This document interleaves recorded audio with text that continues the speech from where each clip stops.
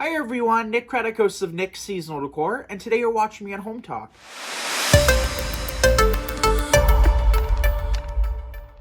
So here we have our roll of mesh, and all we're going to do is just roll it out on our self-healing mat and cut it using our rotary. Any sharp pair of scissors will also do if you don't have one of these roller cutters, but make sure that if you're using scissors that you're using really sharp pairs of scissors and you do a nice clean cut so there's no jagged edges. So we're going to cut about 10 to 15 pieces of this, about 16 to 18 inches long, and we're going to do the same process to the champagne shimmery one as well. So just roll it out and cut it between 16 to 18 inches or so. So here we have a 24-inch evergreen form, and this is just a standard Christmas wreath that you can pick up very inexpensively.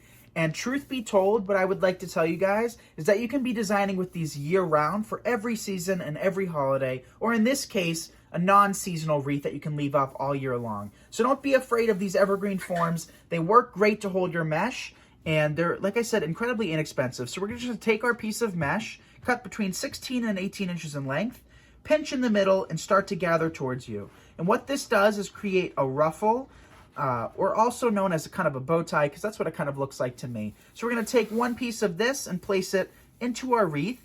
And the nice thing about working with evergreen forms is that you have the luxury of placing your mesh essentially wherever you would like, because there's so many twist ties on this frame.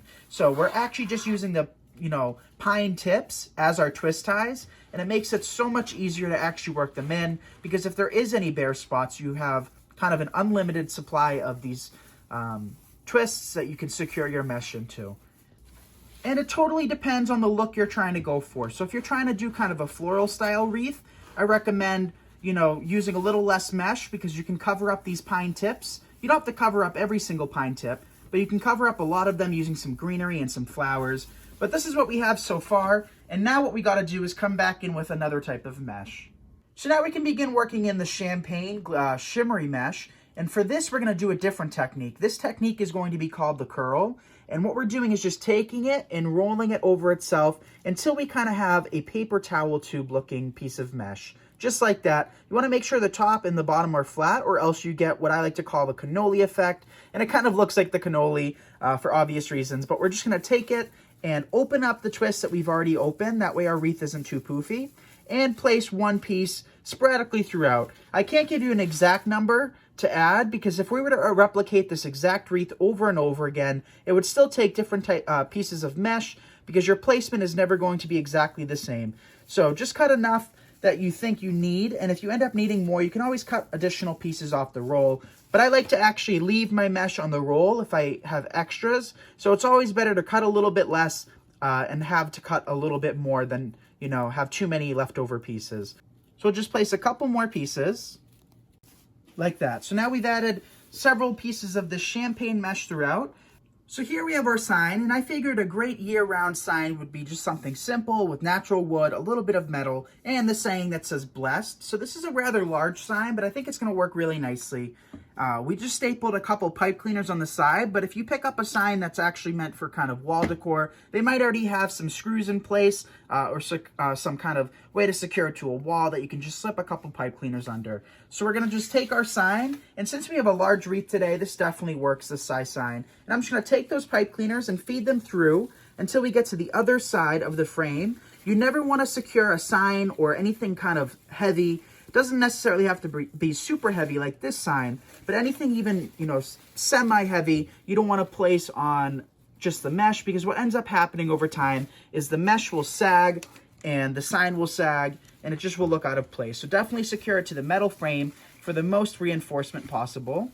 So now we have our sign in place. What we can do now is begin adorning it with either flowers, greenery, or ribbon. So now we're going to add some berries, and I have them both in this kind of off cream color that matches the white cotton really nicely, as well as some little green ones that are the same type, just green.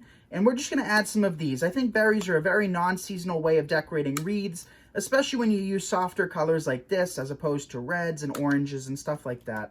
So to work them in, all we're going to do is use our glue skillet. So here's our glue skillet, and we're actually going to be upgrading our glue skillet relatively soon. So we have a nice new one. But we're just going to take those berries, dip the ends into our glue skillet, and work them in. So by applying the hot glue to the end of the stems and working it into the mesh, it has a great hold to it and it stays exactly where you place it. So I'm just peppering them throughout, not paying too much attention to exactly where I place them, just kind of spacing them. We'll just take a couple more of these pretty berries and just work them around the perimeter so they're kind of shooting out and you can see them around the edges. Like that. So let's just work in a couple more. So now we're going to be adding some of these very basic white sunflowers, and the white is kind of like an off-white. They're not super bright, and we're just going to cut the stems short and work them in. So often people think of sunflowers for summer and fall, but they're definitely a flower that can work for year-round use, and I actually use sunflowers in my home year-round. I have actually a couple arrangements that we just leave up year-round. I think if you use yellow or orange sunflowers, it's a little bit more seasonal. Whereas if you use white ones, it's kind of so neutral that it just works anywhere. So I'm just going to take some of those sunflowers and begin peppering them in throughout, not being too mindful with my exact placements.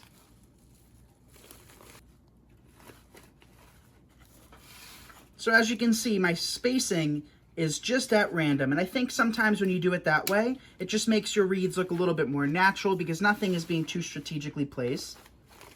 Like that. So now we've worked in some sunflowers, and what we can do now is decide if we do need any ribbon or if we want to add any more flowers. So now let's add a little bit of ribbon. So I don't want to overdo it, so we're just going to use this neutral kind of lace burlap ribbon, which look at how pretty that is, you guys. I think that's such a beautiful ribbon. And what we're going to do is create a little bow tie with some tails kind of shooting down. So all we need is 2 pieces of this ribbon or 2 loops with some longer tails. Like that, and then we can take a pipe cleaner to secure it, just wrapping it around.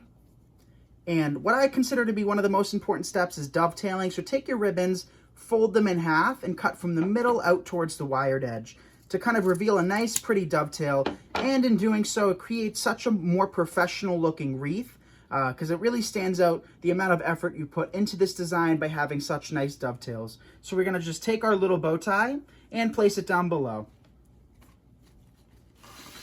So I'm going to place my bow tie in the lower right-hand corner. You can place it wherever you would like, or you can completely do without.